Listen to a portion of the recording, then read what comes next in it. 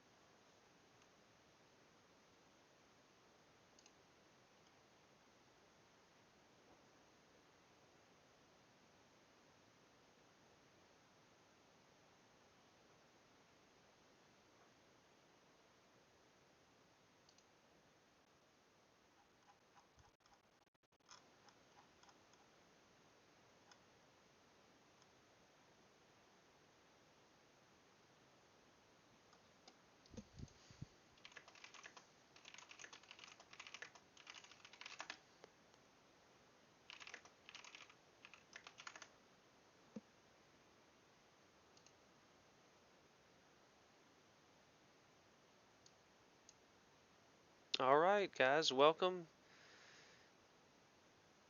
You got the title for me. Thank you, Ivor. Welcome to SROT versus DPS. That's coming up right now. Both teams are locked in lobby, and we're going to launch right in to this really exciting match. And we got Dom, Frozen City. One last check of everything. Alright, your last minute caster, Nate. Sending it. Should be a good time.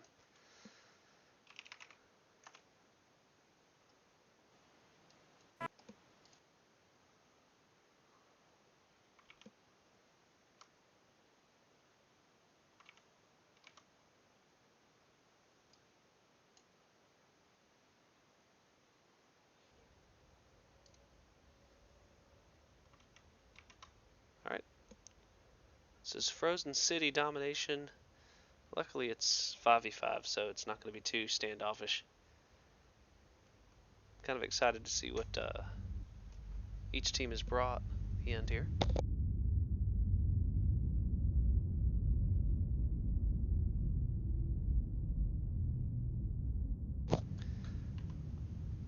Alright, and we have dropped in to both teams. Black Lantern, Viper, Black Lantern, Viper, Black Lantern. And we know that's going to be small pulse, micros, and machine guns. And on the other side, we have the exact same deck. So, mirror decks. It's going to be a battle of skill.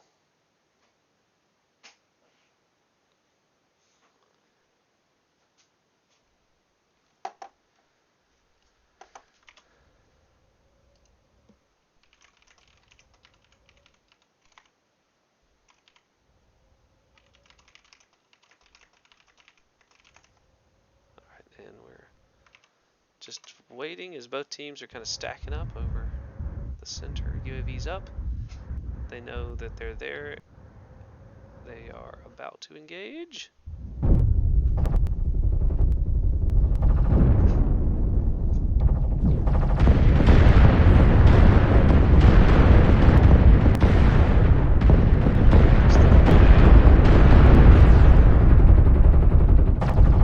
Desktop off. Just in the roof. I'm so sorry about that. There we go.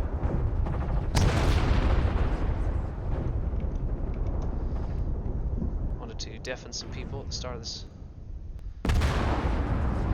Well, it's dead even. Looks like Huron's getting focused next. And now it is Sky Rangers match. Carlson's going to go down. They're taking a little bit too long.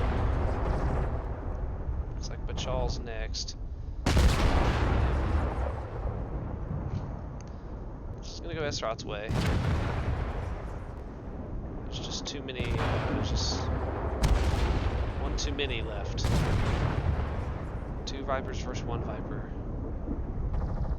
Gandalimian might lose a leg, but I think, you know, kills matter. So if Alpheus can get a kill secured here, there's a leg. Can he get around? I think Fork is out of machine gun ammo. That is a definite. He is definitely out. Or he's all micropulse.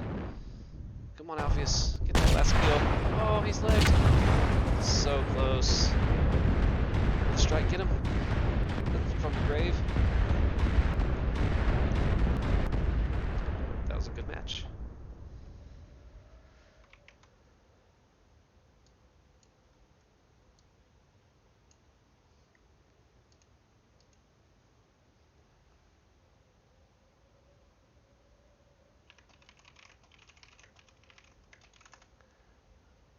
Alright. Let's publish those stats and let's look at the breakdown of damage. Of course, the guys that died last did the most damage. Makes sense. Very even match. I think they just, after the first mech was killed, there was a little bit of a pull away from Esrot and focusing.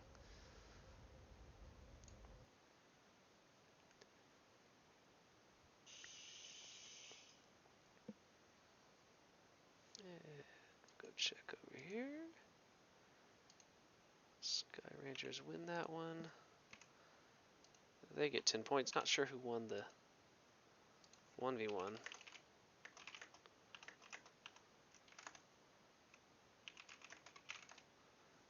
Get those points assigned correctly, and that was 3 kills, so 5 points for DPS.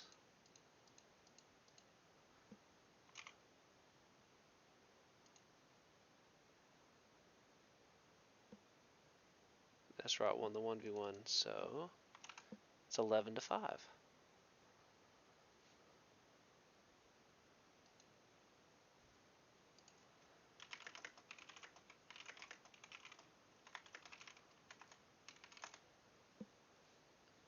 Alright, Emerald Vale next. Still domination.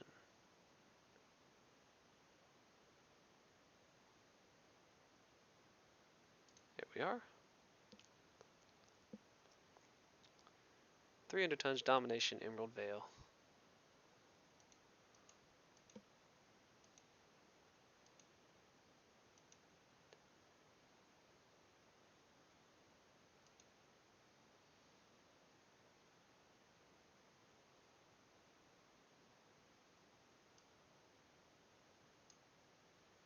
And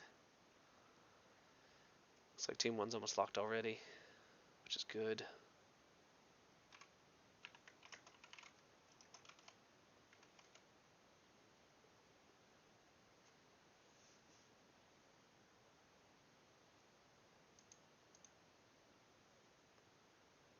Okay, and oh, okay. Thanks, Mac.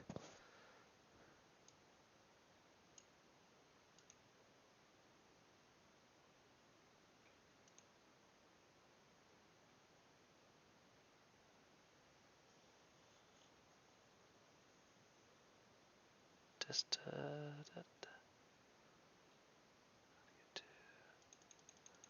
crank my decibels up a little bit. Let's see if this helps at all.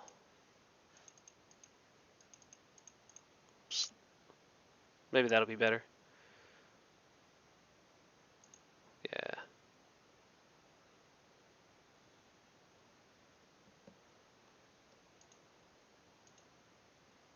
Great.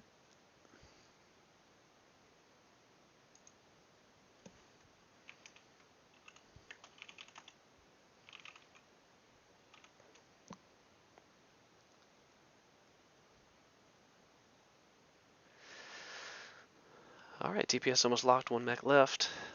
300 tons both teams. And hopefully my mic is a good solid volume for everybody. I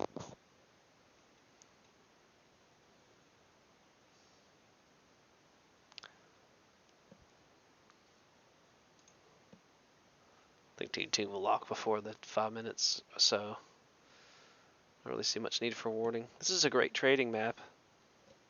I doubt we'll see that in a 5v5. And launching. So 1 drop 1 for Esrot, and they won the 1v1, so the score is 11-5.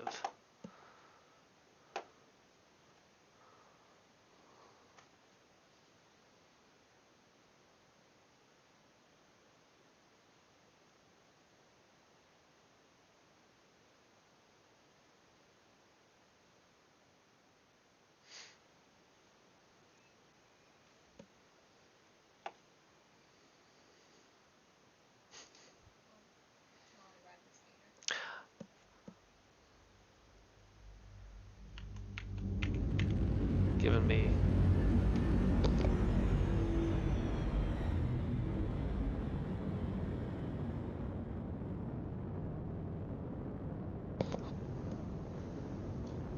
alright. From the red team, we have a Viper, Hellbringer, Virago, another Viper, a Madcap Mark II, and another Hellbringer, and I believe those would be high alpha builds. Let's see here. Yes, it looks like it.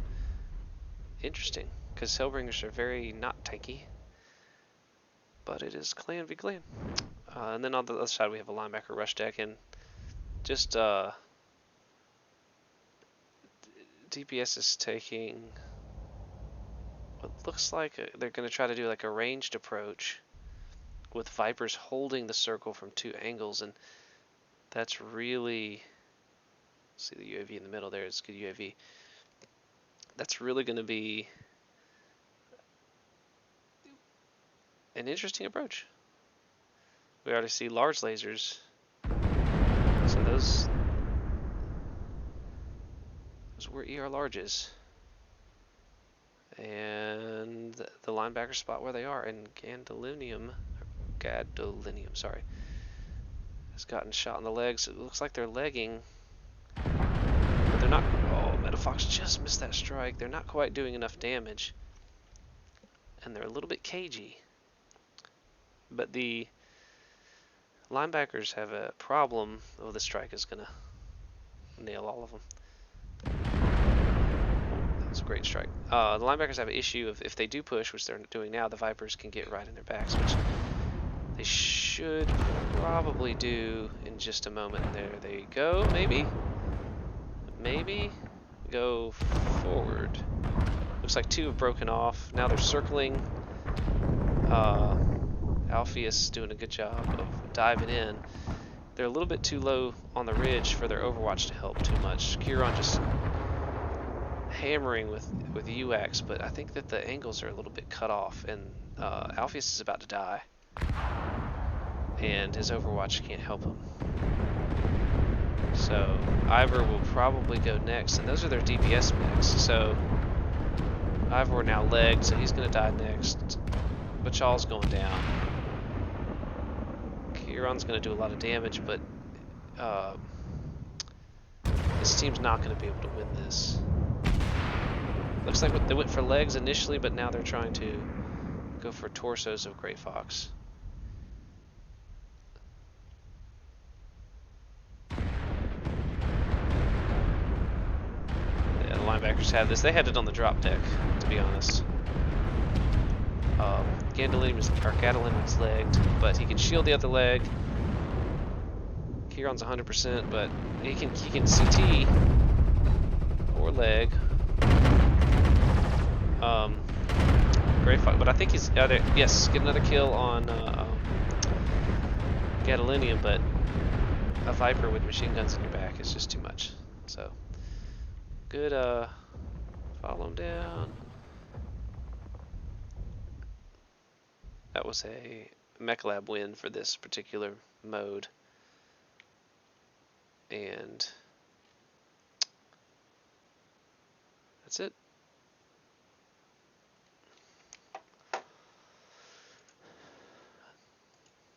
You can see the strategy from both teams going in. Hydrocal actually doing the most damage.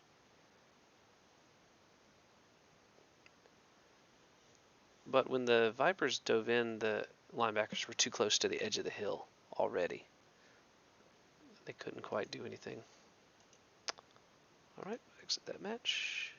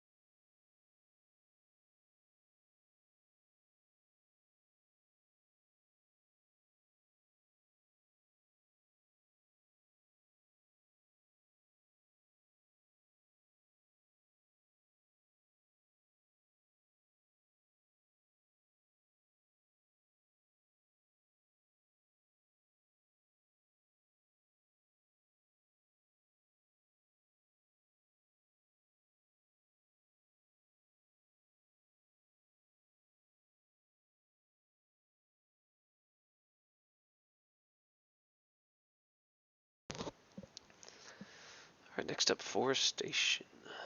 Forest Colony. I was kind of hoping for Vidric. It's Forest Colony Domination. Yeah. Oh, team 1 locked already. Yes.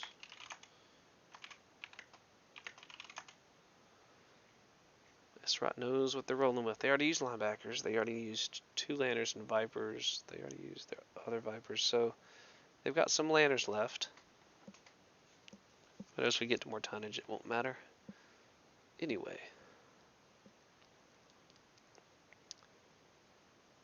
Forest Colony. The map that no one wants to really play on. It's my probably second least favorite after Grim, just because of the oddity of just placing a mountain right in the middle that you have to walk around every time you respawn or something. It's not the most fun. Omega to respond.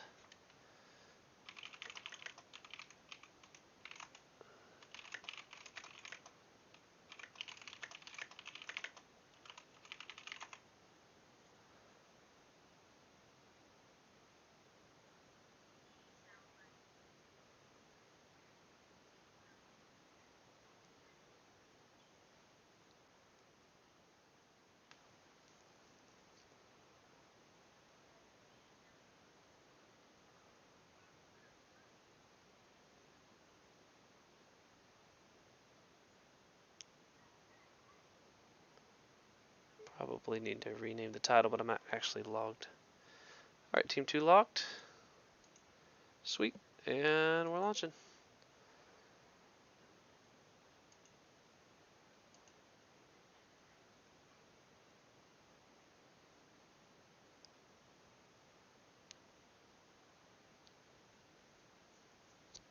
At least it's domination. It brings both teams to the center. So that's better on this map.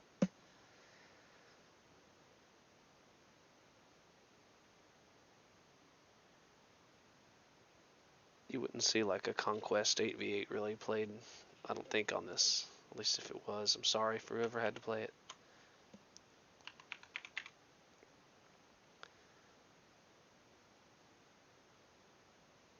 And waiting. Oh, all summoners, and that's going to be SRM bombers from SROT as the dropship almost takes us out. That's definitely SRM bombers. Yep. And I wouldn't be surprised if they are all some kind of version of SRMs. And small pulse or streaks. Yeah. And from the other side we have, oh, a direwolf, a Nightjar, Mistlinks. Since it's domination, unless DPS gets a really great, unless they roll into the water really quick, kind of get on these hills right here, but even then, this match by the drop deck is, SROT just going to push in, and it's going to go to SROT. Now, if Ivor sees the summoners and then takes them out into the woods, chasing him, so he's got to see them. He's got to see them right here. Yeah, he's running. And the PPCs. So summoner with PPCs. Really interesting. I think we're going to see a repeat of the last match. SROT can choose to push, well, I guess either side. We'll follow their push in here. So you can really see. Interesting setup. You can see the Nightjar way back on the Overwatch, and that's ACEs coming in, raining down. Not enough damage going into these summoners really, but there's a really good firing line. Oh, Grey Fox. And SROT not taking a super straight approach. They're cycling damage well.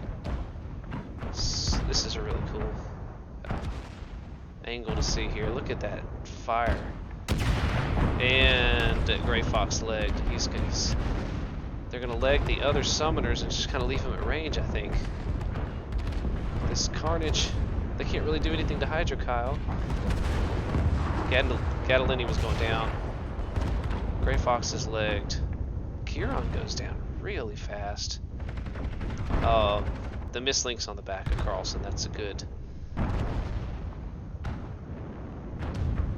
Carlson's going to go down next. Hydrocyle is... This is going to go DPS's way, I believe. There's not enough summoner firepower left for these pretty fresh mechs. Yeah. Wow.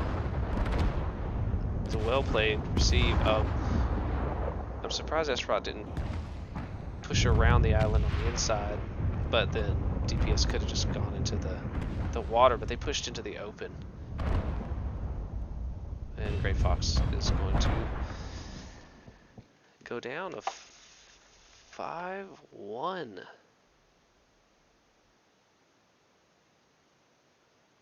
played DPS, good match. It's going to bring it right back to a very close game.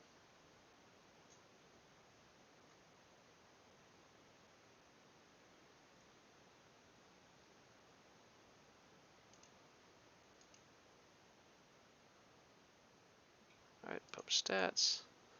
See the damage. I think that the Hydrocyle would have farmed, yeah, in that high position, just raining.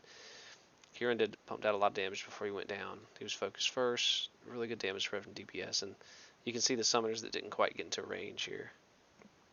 Gadolinium legged early. Carlson going down.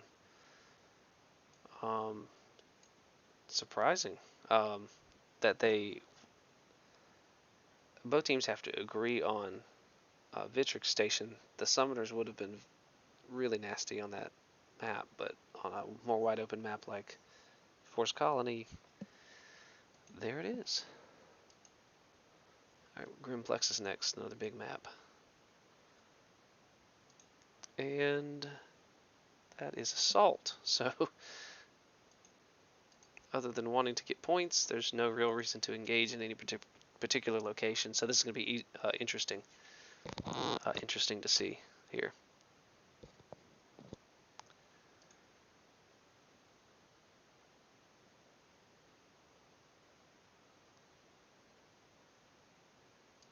And go over, I think see S-Rot won the second one. The DPS won the third match. That puts S-Rot at 22 points. DPS at 15 plus 1. I can't actually remember how many DPS killed in the second match.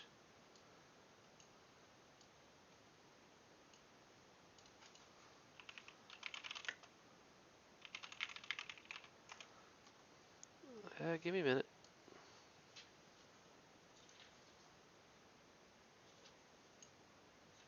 Oh no. I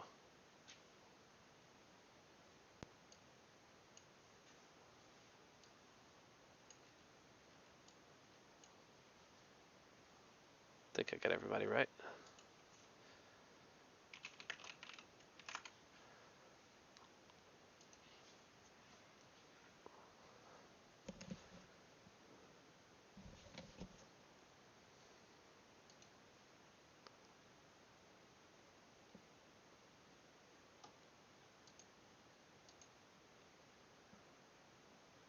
Alright. So we swap sides, and I think DPS has something north of 15 points. I know they got one kill, which would be 16. I'm not sure if they secured a second on Veil, but somebody can correct me in chat, I'm sure.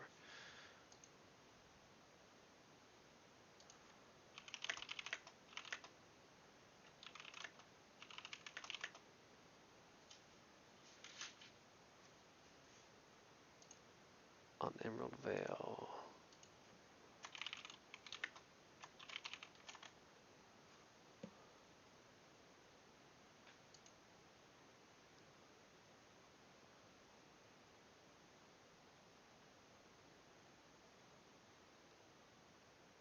Okay, that's what I thought. 3 points. 3 points. Okay. So we've got both teams, I think, locked.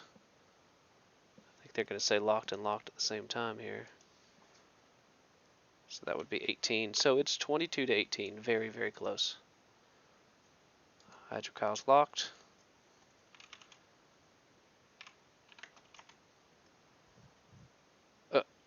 Ooh.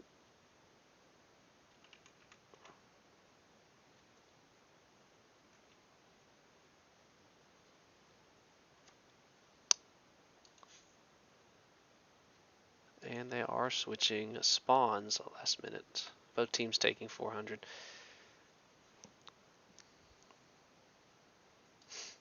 Both readied up.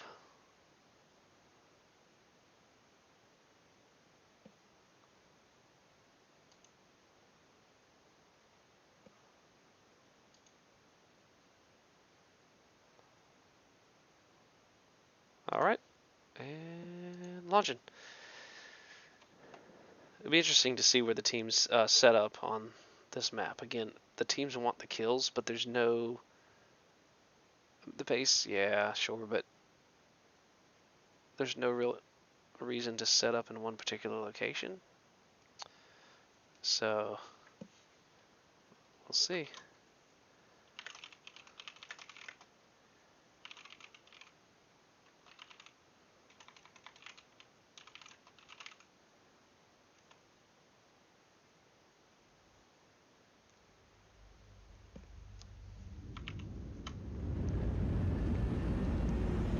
Yes, it is 18 to 22, or 22 to 18, depending on how much you're saying. Alright, so here we have Gargoyle, oh,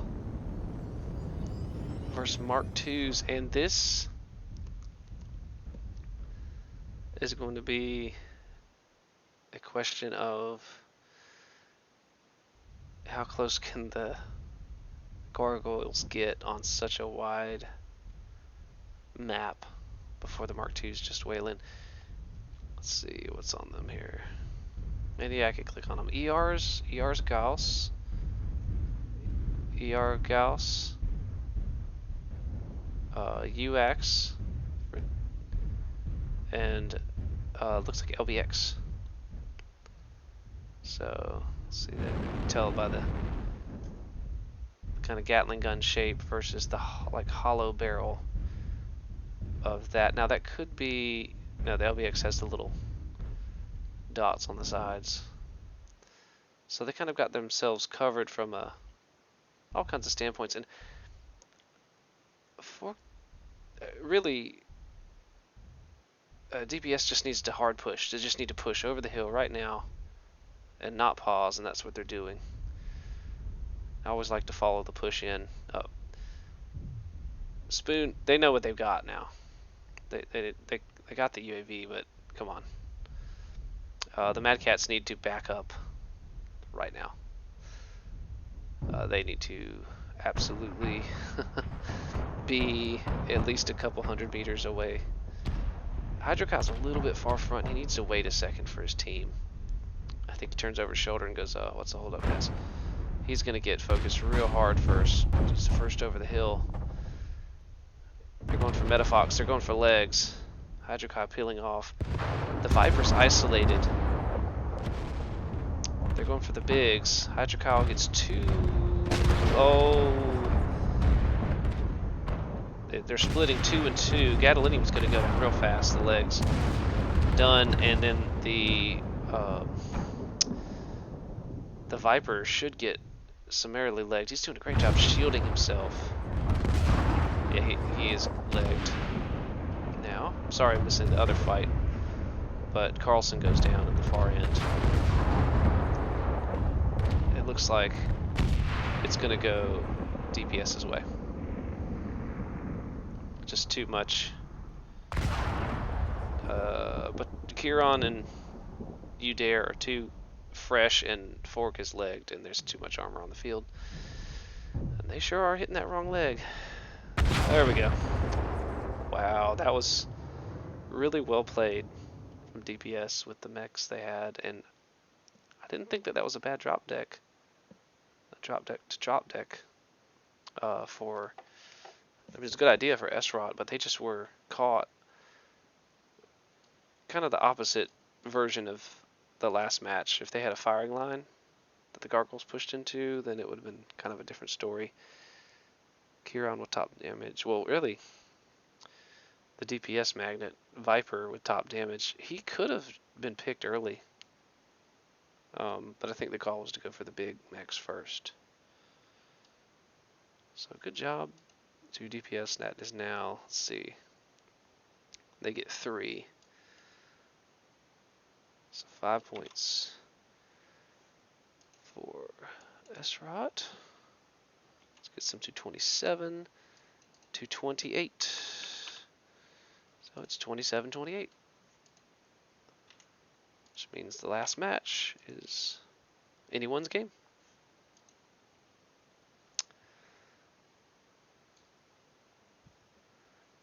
It's a very close match. The kind that you like to see. HBG is the last match.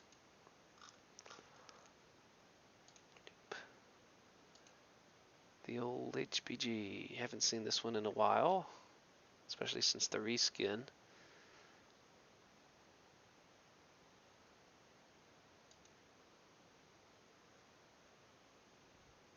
Nice quick matches. Fun to watch, a lot of back and forth.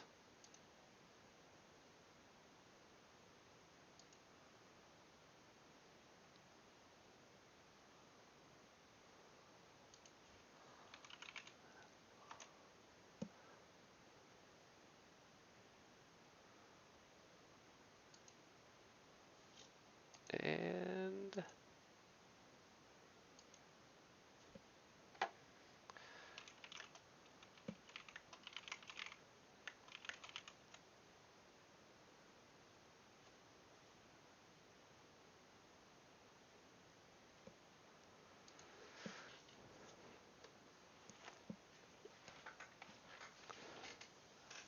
going into the last match. DPS ahead 1 point.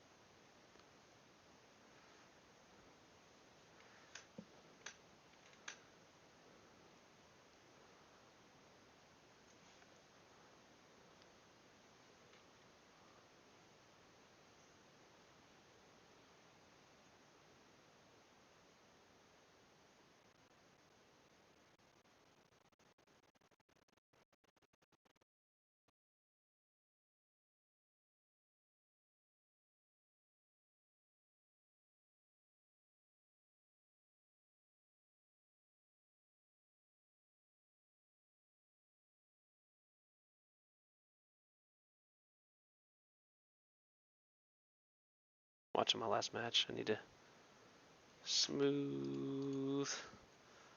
Okay, we got locked.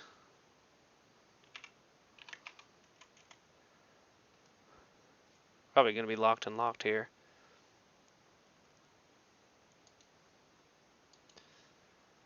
I think Gadolinium is right. 2 dire whales, 3 X's is probably what has happened with the tonnage here.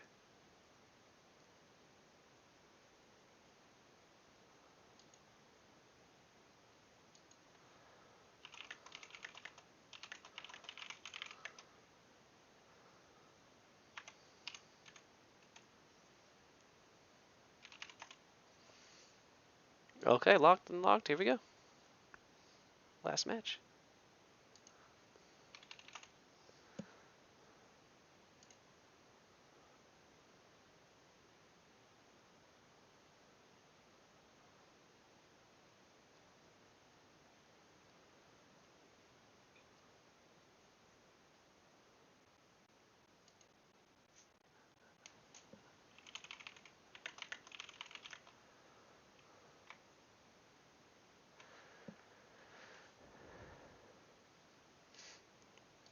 It's going to be all dyers. Is it going to be spirit bears? It's 1 spirit bear. Okay.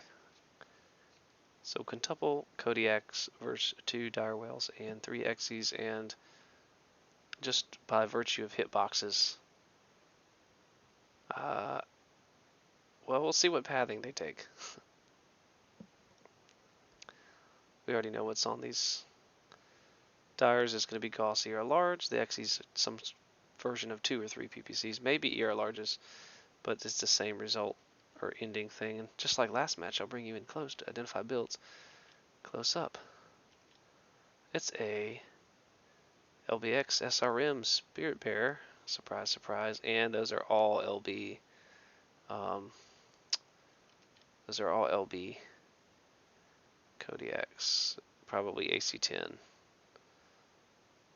Because the barrel's a little bit bigger. And you see there wasn't that little spec to identify them as LB10s. Why would you bring LB10s? I don't know. So there's AC10s.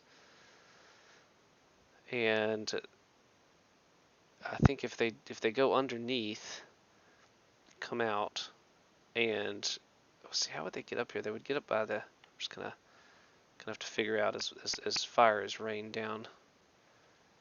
Not rained down. It's mist. They're gonna need to go underneath to just get across the map. It's the obvious route. Meanwhile, DPS is spreading into a gigantic firing line all the way across the edge. This is one of those. Yeah, they're finally going underneath. This is one of those, you don't have to take the engagement in any particular place, so why not just stay up and snipe situations? So it's going to be a little bit difficult for them to. I guess they can isolate. This direwolf is about to see them come out, and there is this ramp right here that they can go up, and that's really the only thing they can do. So, well, I think that bald guy just missed them, just enough to get even further out of position. Ivor gets rocked. Oh, a strike that's going to miss over the top. They're going to go up that ramp and catch. If that bald guy lets them know he's there, and he does, they could just run right up that ramp, but then they would get shot in the back. So I think this is going to be, as Metafox gets his back shot out pretty well, this is going to be DPS's match. I just don't see how the Kodiaks can do anything. I'm just going to keep following them. I don't see they're stuck on the low ground. They can't really do much. I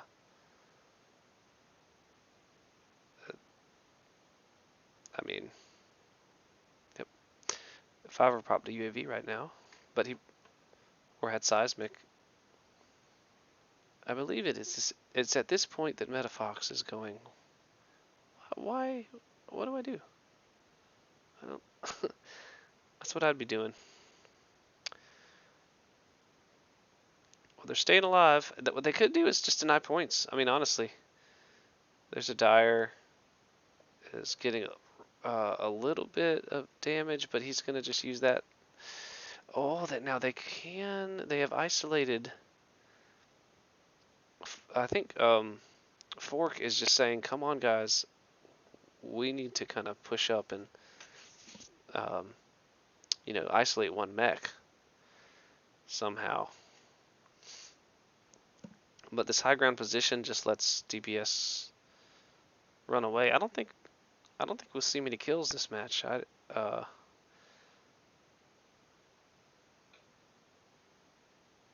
think DPS is too spread out, and Ivor might die here. Oh, he took so much damage. Oh, Ivor said, forget that. ER largest, he'd be better served if he had peeps. He could just pop over the top. That bald guy's gonna get wrecked when he looks over the top. And DPS had such a great firing line, and then they didn't take advantage of it.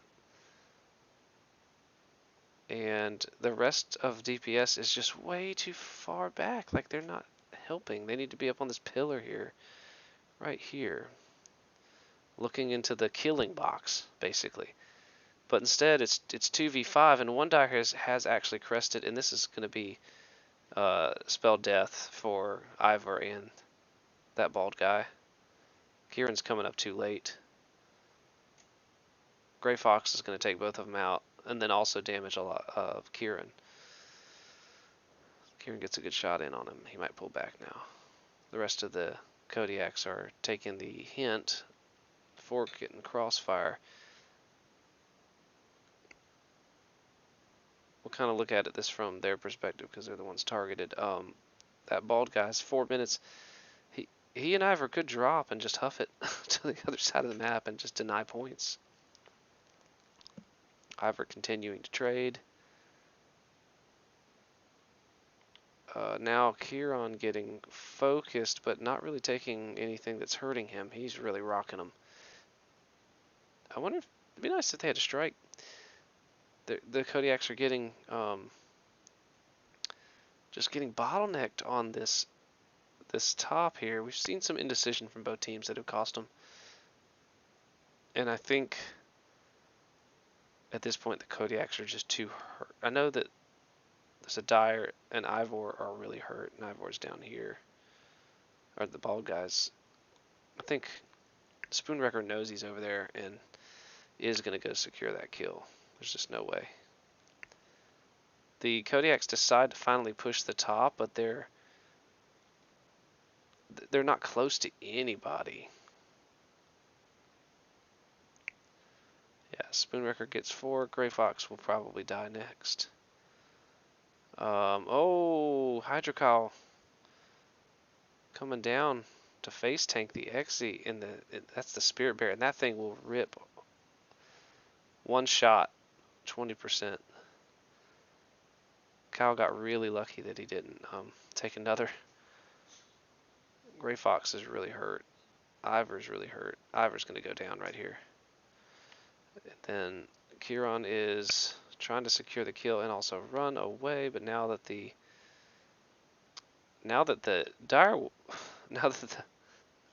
Kodiaks have the high ground, it's much harder to just use the hill. The other dire gets them from across the map. Hydrocrow eating a lot of damage. This is just all over the place. So I got Kieran trying to trade and taking just a lot of AC damage. Wow.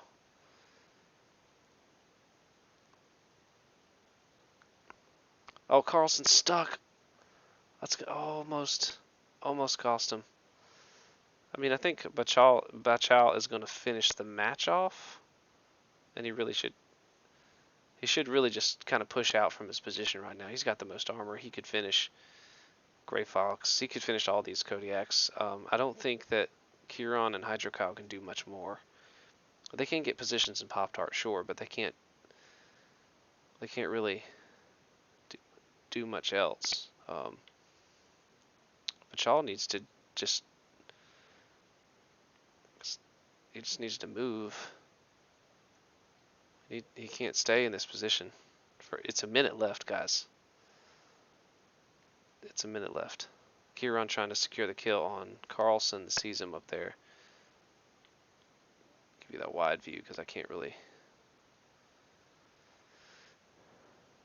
Hydrocow going in. Oh, and there's the kill.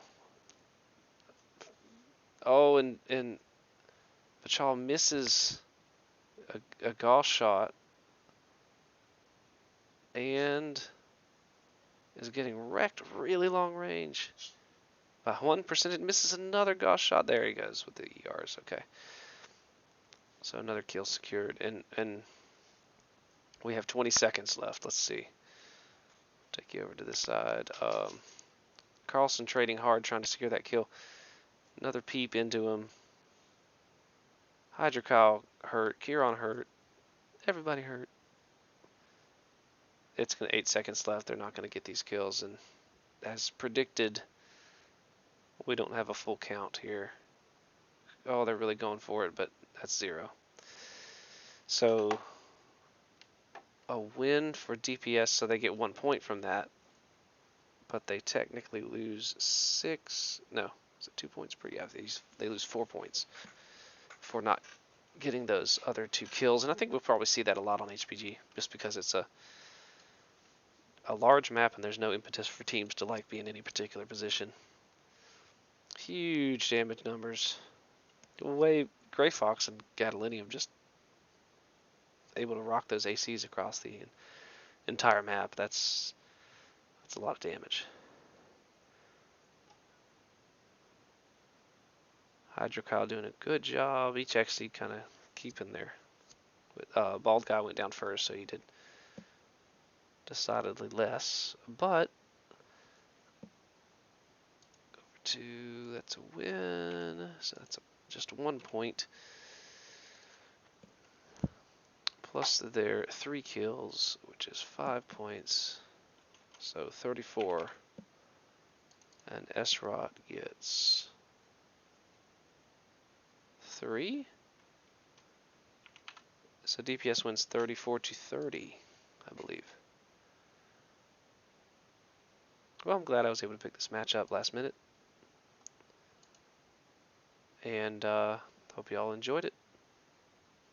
Thanks for watching, guys.